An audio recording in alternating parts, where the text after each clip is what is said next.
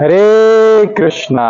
तो क्योंकि हम लोग मायापुर धाम में आए हैं, नवदीप धाम में आए हैं, तो मैंने सोचा कि क्यों ना मैं इस मायापुर धाम की क्या ग्लोरीज है, क्या महिमा है, इसके बारे में एक वीडियो बनाऊं। इसके बारे में आज हम जानने का प्रयास करेंगे। क्यों? क्योंकि जब हम धाम में आते हैं, अगर हम धाम के बारे में नहीं जानते तो धाम में आने का एक्साइटमेंट होता ही नहीं है। तब हम लोग सोचेंगे ये एक नॉर्मल सा जगह है मायापुर, जो कि वेस्ट बंगाल में है, आएंगे, खाएंगे, पिएंगे, चले जाएंगे। लेकिन धाम में आने से, उसकी महिमा को सुनने के बाद यहाँ पर आने से जो फल प्राप्त होता है, हम लोग क्या क्या फल यहाँ से लेके वापस जा सकते हैं, क्या क्या हमें बोनस मिल सकता है इस धाम में आकर, ये हम जान नहीं पाएंगे जब तक हम धाम के बारे में सुनेंगे नहीं। इसलिए धाम के बारे में सुनना बहुत ही ज्यादा आवश्यक है। और हम धाम का दर्शन दो चीजों से कर पाते हैं, एक है आंख से और दूसरा है कान से। और हम आंख से दर्शन तभी कर पाएंगे जब हम कान से सुनेंगे, क्योंकि हम जो सुनते हैं वही हम बुनते हैं। क्योंकि जब हम सुनेंगे ना, हम वही हरकतें करते हैं जो हम सुनते हैं, हम वही एक्सपेक्टेशंस माइंड में लेकर आते हैं जो हम सुनते हैं। जो लोग सुनते नहीं है उनका धाम में आने का एक्सपीरियंस इतना अच्छा नहीं होता। क्योंकि आप देखिए, जो लोग वृंदावन जाते हैं, जो लोग बिना सुन के जाते हैं, नॉर्मल, अब किसी भी टिपिकल लोग से, जो लोग इंस्टाग्राम में रील देख के वृंदावन चले गए, उनसे पूछिए आप वृंदावन गए, आपका एक्सपीरियंस कैसा रहा? वो लोग बोलेंगे अरे बाके बिहारी की जो बाहर की जो लस्सी है ना, क्या मस्त लस्सी है।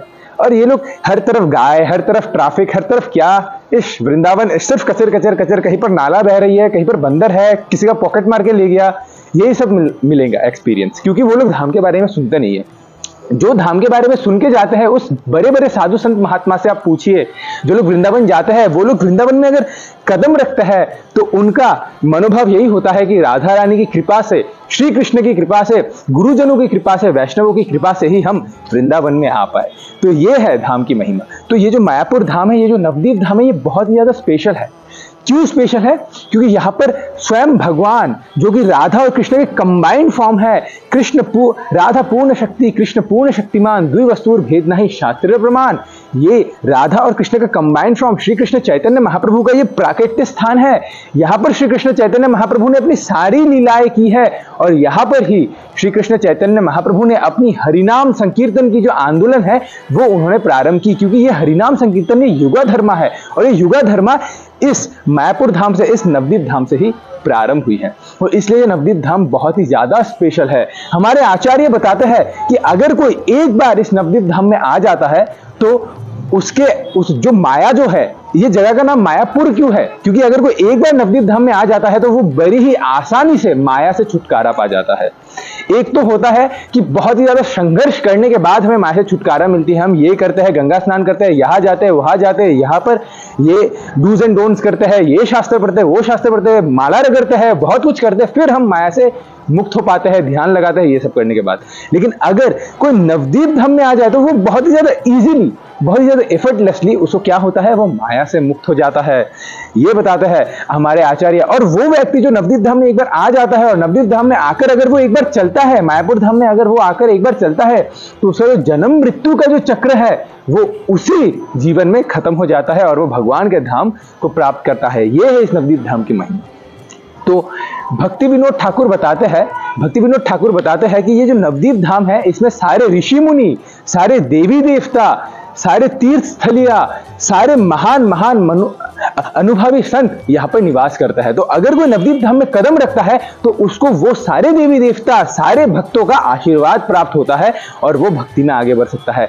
नरोत्तम दास ठाकुर कहता है कि अगर कोई नवदीप धाम में आ जाता है और वो ये मान लेता है कि ये जो नवदीप धाम है ये चिंतामणि स्थान है, चिंतामणि मतलब विश फुलफिलिंग जगह, कि अगर आप यहाँ पर आएगी तो आपको मन की सारी जो इच्छा है वो फुलफिल हो जाएगी। अच्छा, अगर मैं यहाँ पर आके मैं मन में सोचूं कि मुझे आईफोन मिल जाए तो मुझे आईफोन मिल जाएगा? नहीं। जब हम नवदीप धाम में आते हैं तो हमारे मन में, हम जब नवदीप धाम में घुसते हैं, जब हम ये सारे नजारे देखते हैं, सब भक्तों को देखते हैं, तब हमारी एक ही इच्छा होती है कि हमें भगवान श्री कृष्ण की प्राप्ति हो। तो ये इच्छा हो जाएगी। और नरोत्तम दास ठाकुर कहता है कि अगर कोई नवदीप धाम में आ जाता है तो उसको व्रज में वास मिल जाता है, क्योंकि बिना नित्यानंद प्रभु की कृपा के, बिना गौरंग महाप्रभु की कृपा के हमें नवदीप धाम में, हमें व्रज में वास नहीं मिल सकता। और शास्त्र भी बताते हैं, आराधितम नववनम व्रज नागरस्ते, नाराधितम नवव्रतम व्रज एव दूरे, आराधितम द्विजसुतो व्रज काननमते, नाराधितम द्विजसुतो न तवेह कृष्ण। अगर कोई ये सोचता है कि मैं नवदीप धाम की पूजा नहीं करूंगा, मैं वृंदावन की पूजा करूंगा, तो फिर वृंदावन बहुत दूर है उसके लिए। लेकिन अगर वो आराधितम नववनम, अगर वो ये नवद्वीप धाम, ये जो 9 आइलैंड है, नवद्वीप, नवद्वीप इसका नाम क्यों पड़ा, क्योंकि इसमें 9 आइलैंड्स है। ये नवद्वीप धाम की अगर कोई पूजा करता है तो ब्रजकाननम, तो उसको ब्रज में वास मिलता है। आराधितम द्विजसुतो, द्विजसुतो कौन है, गौरंग महाप्रभु को द्विजसुतो कहा गया है। अगर कोई द्विजसुत गौरंग महाप्रभु की पूजा करता है तो उसको कृष्ण प्राप्त होते हैं। और अगर कोई अगर कोई ये सोचे कि मैं कृष्ण की पूजा करूंगा, गौरंग महाप्रभु की पूजा नहीं करूंगा, तो फिर उसको क्या होता है, कृष्ण प्राप्त नहीं होते। इसलिए इंग्लिश में कहा गया है, if you know Krishna know Gaurang, know Krishna know Gauranga. पहला है एनो कृष्णा, एनो गौरांगा, और दूसरा है KNOW कृष्णा, KNOW गौरांगा।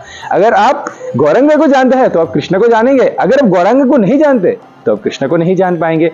और ये नवद्वीप धाम है, ये 9 आइलैंड्स है। और फिर हमारे आचार्य बताते हैं कि ये जो नवद्वीप धाम है, ये पूरी गौरमंडल परिक्रमा का जो सेंटर है वो है नवद्वीप धाम। नवद्वीप धाम का सेंटर है अंतरद्वीप। अंतरद्वीप मतलब 9 आइलैंड्स में से एक आइलैंड है अंतरद्वीप, और उस अंतरद्वीप का सेंटर है ये मायापुर धाम, और इस मायापुर धाम का सेंटर है योगपीठ, जो कि श्री चैतन्य महाप्रभु का प्राकट्य स्थान है। तो ऐसे है ये नवद्वीप धाम की महिमा। अब कोई सोच सकता है ये नवद्वीप धाम इतना स्पेशल क्यों है, क्या है इस नवद्वीप धाम में कि ये इतना स्पेशल है। अगर यहाँ पर आते हैं तो माया छट से हट जाती है। मायापुर का नाम ही मायापुर क्यों पड़ा, क्योंकि मायापुर में आने से माया हो जाती है फुर, माया जहां से फुर हो जाए उस जगह का नाम होता है मायापुर, इसलिए। और माया क्या है, दैट विच इज नॉट। अच्छा, दैट विच इज नॉट मतलब माया का खुद में कोई एग्जिस्टेंस नहीं है। कैसे एग्जिस्टेंस नहीं है, जैसे डार्कनेस क्या है, डार्कनेस है absence of light. Absence of light को हम लोग कहते हैं डार्कनेस। उसी प्रकार से एब्सेंस ऑफ कृष्णा को ही माया पकड़ा जाता है। अगर हम बिना कृष्ण के खुद की भोग की इच्छा रखें तो हम माया में फंस जाते हैं, लेकिन अगर हम कृष्ण के साथ चले तो हम माया से मुक्त हो जाते हैं। तो ये मायापुर धाम में आने से हम माया से मुक्त हो जाएंगे। तो अब ये मायापुर धाम इतना स्पेशल क्यों है, क्या है इसका रहस्य। तो जैसे हम जानते हैं कि सारी भौतिक और आध्यात्मिक जगत को बनाने वाला है कौन है, भगवान श्री कृष्ण। लेकिन एक जगह है जो कि भगवान श्री कृष्ण ने नहीं बनाया, और वो है ये मायापुर धाम, ये नवद्वीप धाम, ये भगवान श्री कृष्ण ने नहीं बनाया। अच्छा, तो किसने बनाया, तो शिव जी पार्वती मैया को अनंत संहिता में कहते हैं, क्या कहते हैं, शिव जी पार्वती मैया को अनंत संहिता में कहते हैं कि ये जो नवद्वीप धाम है ये राधा रानी ने बनाया है, श्रीमती राधा रानी ने। अच्छा, कैसे। अब हम सबको पता है कि कृष्ण का स्वभाव बहुत ही ज्यादा लंपट है, वो बहुत ही ज्यादा मतलब ऐसा है, कभी इधर तो कभी उधर, कभी इधर तो कभी इधर, चंचल है बहुत स्वभाव। तो वो एक गोपी के साथ नहीं रहते, अलग अलग गोपी के साथ रहते हैं भगवान श्री कृष्ण। तो भगवान श्री कृष्ण ने श्रीमती राधा रानी को वादा किया था कि मैं आज तुमसे मिलने आऊंगा, राधे तुम मेरी प्रतीक्षा करना। तो श्रीमती राधा रानी जब तैयार हुई कृष्ण से मिलने के लिए, तब श्रीमती राधा रानी को यह खबर मिली कि कृष्ण विरजा नाम की एक गोपी के साथ वन में विहार कर रहे हैं, कुंज में विहार कर रहे हैं। तब राधा रानी ने सोचा मैं अभी कृष्ण को रंगे हाथों पकड़ूंगी। कृष्ण मेरे को वादा किए कि वो आएंगे और वो किसी दूसरे गोपी के साथ चले गए, आज मैं कृष्ण को रंगे हाथों पकड़ूंगी। लेकिन कृष्ण को रंगे हाथों पकड़ना तो आसान नहीं है। तो राधा रानी गई कृष्ण को रंगे हाथों पकड़ने के लिए उस कुंज में, लेकिन जब तक राधा रानी पहुंचती है कृष्ण वहां से मोर के रूप में प्रकट होकर कृष्ण वहां से भाग जाता है। तब राधा रानी सोचती है कि हर बार मैं प्रयास करती हूं कि मैं कृष्ण को पकड़ूंगी, लेकिन हर बार कृष्ण बच जाता है, हर बार कृष्ण बच जाता है। ऐसा क्यों। अब मैं एक ऐसे स्थान का निर्माण करूंगी जहां पर कृष्ण हमेशा निवास करेंगे और वो मुझे छोड़कर कहीं नहीं जाएंगे। तो श्रीमती राधा रानी क्या करती है, ये नवद्वीप, ये मायापुर स्थान बनाती है श्रीमती राधा रानी। और श्रीमती राधा रानी उस नवद्वीप मायापुर स्थान में बैठकर बांसुरी बजाती है, फ्लूट बजाती है। क्यों फ्लूट बजाती है, हम सबको पता है कि कृष्ण ही फ्लूट बजाते हैं, लेकिन कृष्ण नहीं बजाते, कृष्ण भी बजाते हैं और श्रीमती राधा रानी भी बांसुरी बजाती है। श्रीमती राधा रानी बांसुरी बजाती है और इस बांसुरी से कृष्ण को आकर्षित करती है, और कृष्ण बांसुरी के धुन को सुनते सुनते, राधा रानी का एक बांसुरी है, उस बांसुरी का नाम है सम्मोहिनी। सम्मोहिनी मतलब सबको मोहित करने वाली है। तो उस बांसुरी को बजाते हैं और कृष्ण उस बांसुरी के धुन को सुन के आकर्षित होकर आ जाती है कहां पर, नवद्वीप धाम में। और जब कृष्ण मायापुर धाम को, इस नवद्वीप धाम को देखते हैं, तब कृष्ण कहते हैं श्रीमती राधा रानी को, हे श्रीमती राधा रानी, अब मैं तुमको एक बात बताने चाहता हूं कि हे श्रीमती राधा रानी, तुम मेरी बहुत ही ज्यादा प्रिय हो, तुम मेरे जीवन हो, मैं तुमको छोड़कर कहीं नहीं जाऊंगा, मैं हमेशा तुम्हारे साथ रहूंगा और मैं इस मायापुर धाम को, इस नवद्वीप धाम को भी छोड़कर कहीं नहीं जाऊंगा। ये भगवान श्री कृष्ण कहते हैं। और भगवान श्री कृष्ण कहते हैं कि मेरे आशीर्वाद अनुसार, मेरे आदेश अनुसार सारी तीर्थ स्थली इस नवद्वीप धाम में वास करेंगी, इस मायापुर धाम में वास करेंगी, सारी तीर्थ स्थली। और फिर भगवान श्री कृष्ण इस धाम का नामकरण करते हैं। भगवान श्री कृष्ण कहता है कि ये जो स्थान बनाया है ये मुझे वृंदावन की याद दिलाती है। याद क्या, ये मुझे वृंदावन जैसा ही लग रहा है, ये मुझे नया वृंदावन लग रहा है। तो इसलिए इस जगह का मैं नाम रखूंगा नव वृंदावन। इसलिए मायापुर का नवद्वीप का एक नाम है नव वृंदावन। और क्योंकि यहाँ पर बहुत सारे द्वीप है, द्वीप मतलब आइलैंड्स, 9 आइलैंड्स है, 9 द्वीप है, इसलिए इस जगह का नाम मैं रखूंगा नवद्वीप। ऐसे करके भगवान श्री कृष्ण इस जगह का नामकरण करते हैं। और जो इस नवद्वीप में आ जाता है, भगवान श्री कृष्ण कहते हैं उसको वृंदावन में वास मिल जाता है, उसको मेरे नित्य वृंदावन गोलोक में वास मिल जाता है, अगर कोई एक बार इस नवद्वीप में आ जाता है। अब हम लोग ये सोच सकते हैं, अच्छा इतना कुछ मैंने जान लिया, इतना ग्लोरीज मैंने जान लिया, लेकिन अब आप मुझे बताइए कि मेरे लिए क्या है, क्योंकि हम लोग सेल्फिश है ना, तो मेरे लिए क्या है इस वृंदावन में, इस नवद्वीप में मेरे लिए क्या है। तो भगवान श्री कृष्ण कहते हैं कि अगर कोई एक बार नवद्वीप में आ जाता है और नवद्वीप में आकर अगर कोई एक बार हमारी पूजा करता है, भगवान ये नहीं कहते कि सिर्फ मेरी, भगवान कहते हैं हमारी। हमारी मतलब राधा और कृष्णा। अब जो लोग सिर्फ राधा को चाहते हैं या जो लोग सिर्फ सोचते हैं कि मैं कृष्ण की पूजा करूंगा, उसको कभी भक्ति प्राप्त नहीं होगी। जैसे रावण को कौन चाहिए था, सीता मैया, और शूर्पणखा को कौन चाहिए था, राम। तो ये दोनों ही अलग अलग लोग को चाहिए था, इसलिए इन दोनों का ही नाश हो गया। इसलिए ये by one get one free है। अगर आप कृष्ण को पूज रहे हो तो राधा रानी को भी पूजना पड़ेगा। इसलिए जब हम कृष्ण कहते हैं, कृष्ण का मतलब राधा कृष्ण, या फिर जब हम राधा रानी कहते हैं तो राधा रानी का मतलब राधा कृष्ण। ऐसे कभी भी ये लोग अलग अलग नहीं रहते, ये लोग एक साथ रहता है। ये लोग बिछड़ने की लीला करते हैं लेकिन बाद में एक साथ संयोग इनका हो जाता है। तो भगवान श्री कृष्ण कहते हैं अगर कोई भी नवद्वीप में आकर मेरी पूजा करता है, मेरी आराधना करता है, तो उसको क्या होता है, वो माया से मुक्त हो जाता है, वो मेरी सेवा करने का उसको मेरे धाम में हमेशा के लिए मौका मिलता है। भगवान श्री कृष्ण कहते हैं कि अगर कोई इस नवद्वीप धाम में आ जाता है तो उसको सारी तीर्थों में जाने का फल प्राप्त हो जाता है। सारे तीर्थों में जाने का फल, सारे तीर्थों में जाने का लाभ, पुण्य उसको इस नवद्वीप धाम में एक बार आके प्राप्त हो जाता है। और दूसरा भगवान श्री कृष्ण क्या कहता है, जो व्यक्ति हजारों हजारों जन्म तक हर तीर्थ स्थान में जाए, हर तीर्थ स्थान में जाकर उस तीर्थ स्थान का पुण्य प्राप्त करे, उसके बाद उसको इस नवद्वीप धाम में आने का मौका प्राप्त होता है। तो अगर हम लोग नवद्वीप धाम में आए हैं तो हमें यह सोचना चाहिए, हमें यह मानना चाहिए, यह शास्त्र में है कि हमें सारे तीर्थों में जाने का फल प्राप्त हो चुका है। चाहे वो केदारनाथ हो, बद्रीनाथ हो, प्रयागराज हो, इलाहाबाद हो, वो हो वैष्णो देवी हो, कहीं पर भी हो, सारे तीर्थों में जाने का फल हमें एक बार नवद्वीप धाम में आने से प्राप्त हो जाता है। और हम लोग इतने भाग्यशाली हैं कि हम अपने अगले जन्म में अलग अलग तीर्थों में गए थे, उस पुण्य अनुसार हम इस नवद्वीप धाम में आ सके। अब ये जो नवद्वीप धाम है, ये जो मायापुर धाम है, ये मायापुर धाम पहले इतना फेमस नहीं था। इसको फेमस बनाया हमारे जगत गुरु श्रीला प्रभुपाद जी ने। श्रीला प्रभुपाद ने ये जगह खरीदा और इसको अपने प्रिय शिष्य श्रीला जयपताका स्वामी महाराज को सौंपा। कि श्रीला जयपताका स्वामी महाराज को उन्होंने कहा कि आपका नाम क्या है, आपका लीगल नाम क्या है। तो जयपताका स्वामी क्योंकि अमेरिकन है, उन्होंने कहा कि मेरा लीगल नाम है गॉर्डन जॉन, गॉर्डन जॉन। तो श्रीला प्रभुपाद ने कहा it's not Gordon John, it's God Dhan Jan, you are the eternal associate of Lord Chaitanya, Gaur Dhan Jan, Gordon John नहीं, गौर धन जन। तो क्योंकि आप इटर्नल एसोसिएट हो लॉर्ड चैतन्य के, तो मैं ये मायापुर धाम आपको सौंपता हूं।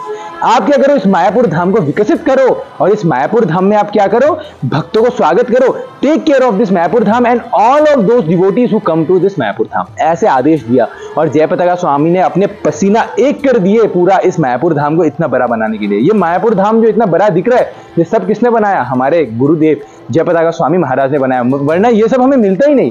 और ये मायापुर धाम अभी इतना फेमस क्यों है, पहले तो नहीं था, कुछ सालों में हुआ है। ये सब जयपताका स्वामी महाराज जी की ही कृपा है।